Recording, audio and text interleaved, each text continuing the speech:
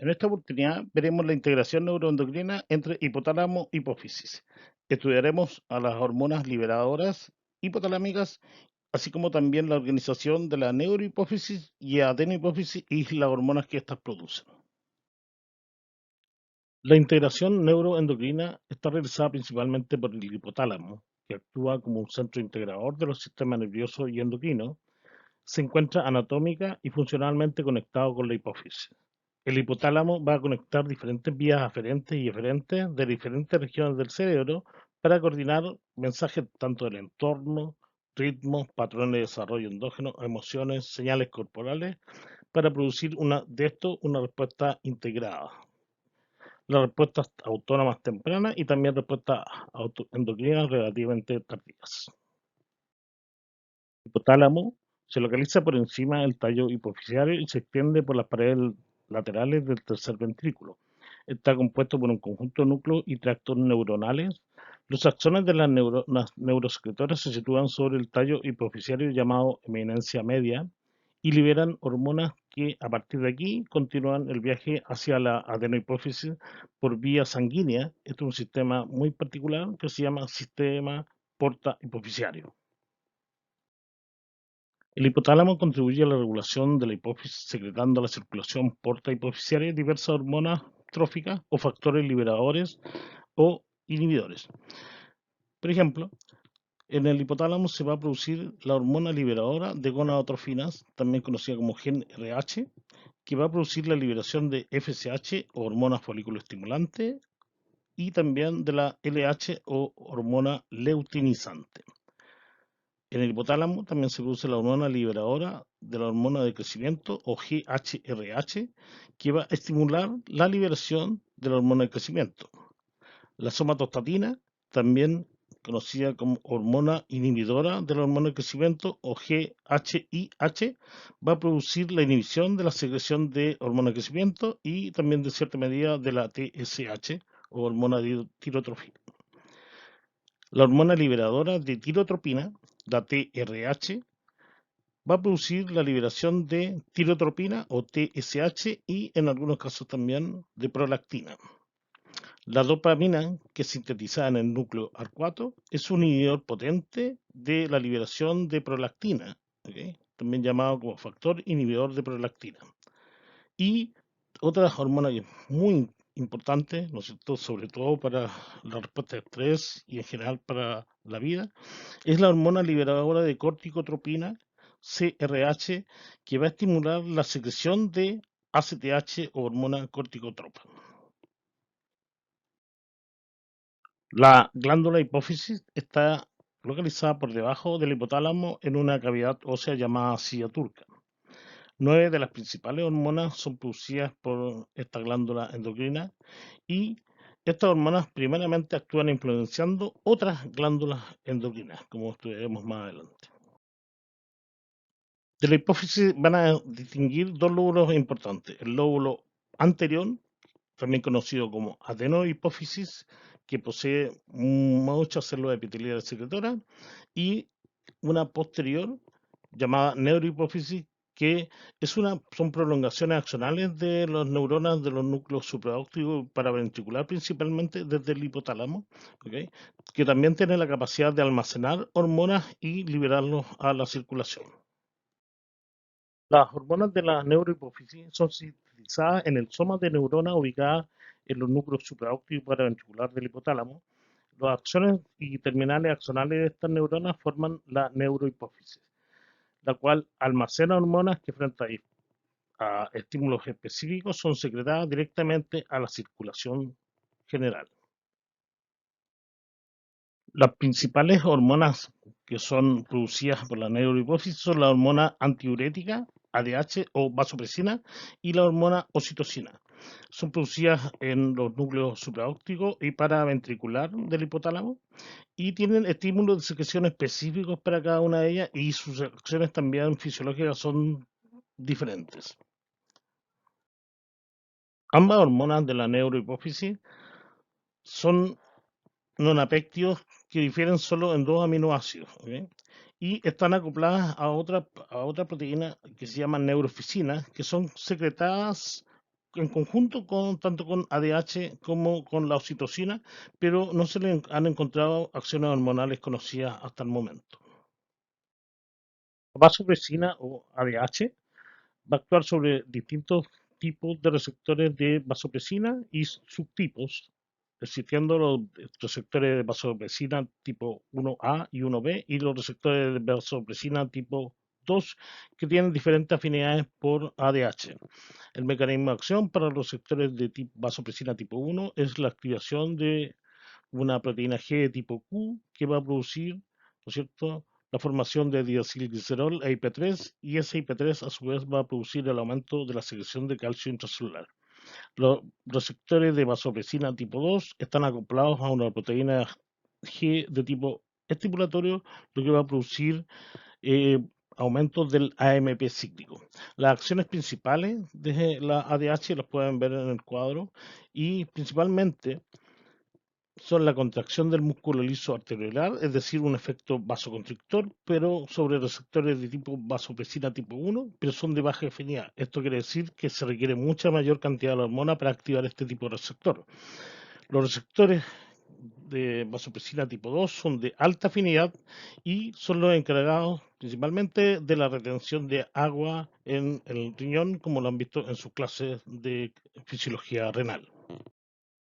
Entonces, cuando se producen, por ejemplo, cambios en la osmolaridad plasmática, estos cambios de la osmolaridad plasmática son detectados por osmoreceptores hipotalámicos que van a activar la secreción de ADH hacia la circulación y por lo tanto se va a producir la retención de agua. Y por otro lado, también cuando hay cambios en la presión sanguínea, cambios del volumen sanguíneo, se van a activar varios receptores caróticos y tiroides principalmente para que detecten estos cambios de volumen y se va a producir la secreción masiva de ADH para producir vasoconstricción periférica. Otra de las hormonas importantes de la neurohipófisis es la oxitocina, cuyos receptores están ubicados en la glándula mamaria principalmente y en el músculo liso uterino. El mecanismo de acción es a través de la activación de un receptor de membrana acoplado a una proteína G que produce aumentos de calcio intracelular mediados por IP3. La secreción de esta hormona está condicionada por diversos factores. ¿Okay? Es una hormona muy interesante porque está condicionada por factores neurológicos y psicológicos, por ejemplo, en condiciones de estrés, pero principalmente durante el amamantamiento de la mujer hacia el niño, por factores hormonales como estrógenos y progesterona, y también factores mecánicos como es el reflejo de succión del pezón y también la distensión de la musculatura vaginal y uterina. Las principales acciones de la oxitocina están relacionadas con la eyección de leche y también del aumento de la contracción del músculo uterino.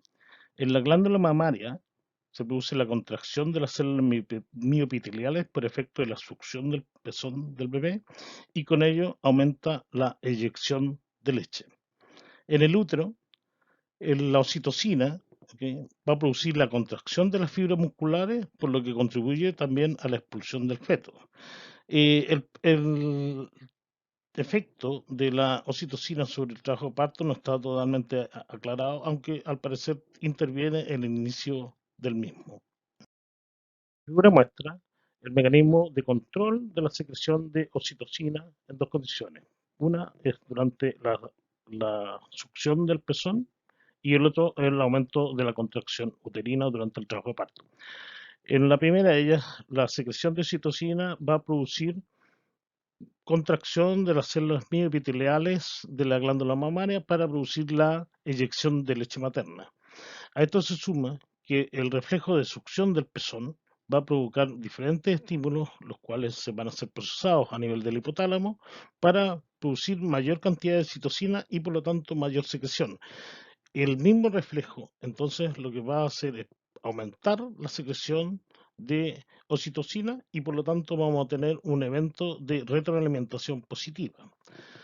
El mismo caso, un caso similar, ¿no es cierto?, a nivel del útero, cuando aumenta el número de frecuencias de la contracción uterina, esto va a producir aumentos también de los estímulos sobre receptores de estiramiento, los cuales van a estimular también al sistema nervioso central, al hipotálamo y va a producir mayor secreción de oxitocina. En ambos casos, el aumento de los estímulos va a producir mayor secreción de la hormona. Bueno, si bien el aumento en la eyección de leche y el aumento en la contractibilidad uterina son los eventos más estudiados de la oxitocina, se ha determinado también que esta hormona puede regular la contractibilidad de las fibras musculares del tracto genital en machos, puede disminuir la síntesis de testosterona, estimular la liberación de prolactina, también puede controlar la regresión del cuerpo lúteo y algo que es muy interesante y mucha investigación que se lleva a cabo en estos momentos es que altera patrones de conducta, principalmente lo que se refiere al apego materno.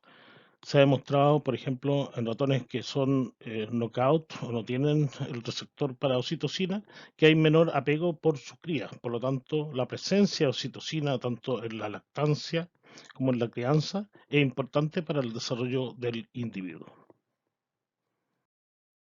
La parte anterior y más voluminosa de la hipófisis se llama adenohipófisis y está constituida por células epiteliales que producen y secretan hormonas de naturaleza proteica, la mayoría de las cuales son hormonas tróficas, ya que se encargan de estimular la función de una serie de órganos endocrinos periféricos. Esta glándula está compuesta por diferentes poblaciones celulares especializadas en la síntesis de las distintas hormonas. Van a producir 6 hormonas péptidicas principales, además de las endorfinas, que se conocen por sus siglas en inglés y son universales. Por ello encontramos la PRL, que es la prolactina, la GH, que es la hormona del crecimiento, la TSH, que es la hormona tirotropina, la ACTH, que es la hormona adrenocorticotropina, LH, que es la hormona leutinizante, y la FSH, que es la hormona folículo estimulante. Y estas hormonas van a estimular las glándulas endocrinas periféricas y van a producir diferentes tipos de hormonas, de otras hormonas. Así encontramos la TSH, que va a actuar sobre la tiroides, la ACTH, que va a actuar sobre la corteza adrenal, la FSH y la LH van a actuar sobre las gónadas masculinas y femeninas. La hormona del crecimiento va a actuar sobre todo el organismo, pero principalmente sobre músculo y hueso. La prolactina va a actuar sobre la glándula mamaria para la producción de leche materna. Este esquema ilustra los diferentes tipos celulares que conforman a la adenohipófisis. En él encontramos a las células somatotrofas que van a producir somatotropina o la hormona del crecimiento GH. Las células corticotropas que van a producir la hormona adrenocorticotropina o ACTH. Las células tirotropas que van a producir tirotropina o TSH.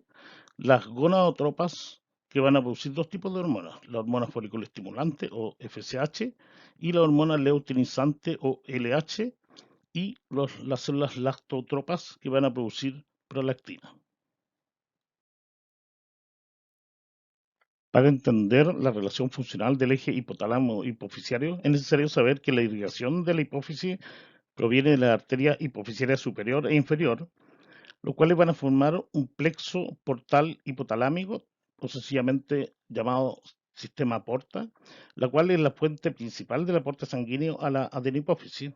Este sistema porta permite la transmisión segura de las pulsaciones de los péptidos hipotalámicos sin que estos se diluyan significativamente en la circulación general. Es decir, en este sistema porta vamos a tener una concentración elevada de los diferentes factores o hormonas hipotalámicas, CRH, TRH, GnRH, GHRH, los cuales a su vez van a estimular a las células de la hipófisis que se ven expuestas a estos factores liberadores hipotalámicos para producir pulsos de secreción de las hormonas tróficas de la adenopófisis que ya describimos, ¿cierto? ACTH, TSH, FSH, LH y GH. Entonces, por ejemplo, se puede observar que la liberación del péptido hipotalámico CRH va a actuar sobre el corticotropo en la adenopófisis para producir la liberación de ACTH. La ACTH es liberada a la circulación y va a actuar sobre la glándula suprarrenal para producir esteroides suprarrenales, principalmente cortisol, que tiene que ver con la hemostasia y control del metabolismo celular. La TRH, el factor liberador hipotalámico TRH, se está liberado hacia el sistema venosoporta para estimular en el tirotropo la producción de TSH, el cual a su vez va a estimular la producción de hormonas tiroideas en la tiroides, y estas hormonas tienen que ver con el metabolismo y la termogénesis. GnRH producido en el hipotálamo, esto es liberado al sistema porta y va a actuar sobre células de la adenopófisis para producir estas dos hormonas, LH y FSH, que van a actuar sobre las gónadas masculinas, produciendo testosterona y principalmente actuando sobre la espermatogénesis y las características secundarias del varón, y en la mujer van a actuar produciendo estradiol y progesterona, que tienen que ver con la ovulación y también las características secundarias de la mujer. También la liberación de GHRH, o la hormona liberadora de la hormona del crecimiento, va a actuar sobre estas células de la adenopófisis para producir la liberación de la hormona del crecimiento, la cual a su vez va a actuar sobre el hígado para producir IGF-1 y va a actuar principalmente como un agente anabólico en todo el cuerpo, y específicamente en el músculo y el hueso va a producir el crecimiento lineal. A su vez, el aumento de las concentraciones plasmáticas de las hormonas producidas en estos órganos efectores periféricos van a producir la inhibición de la secreción de las hormonas de la adenohipófisis, así como también la inhibición de la secreción de los neuropéptidos hipotalámicos, conservando un sistema de control integrado de retroalimentación negativa en la función endocrina.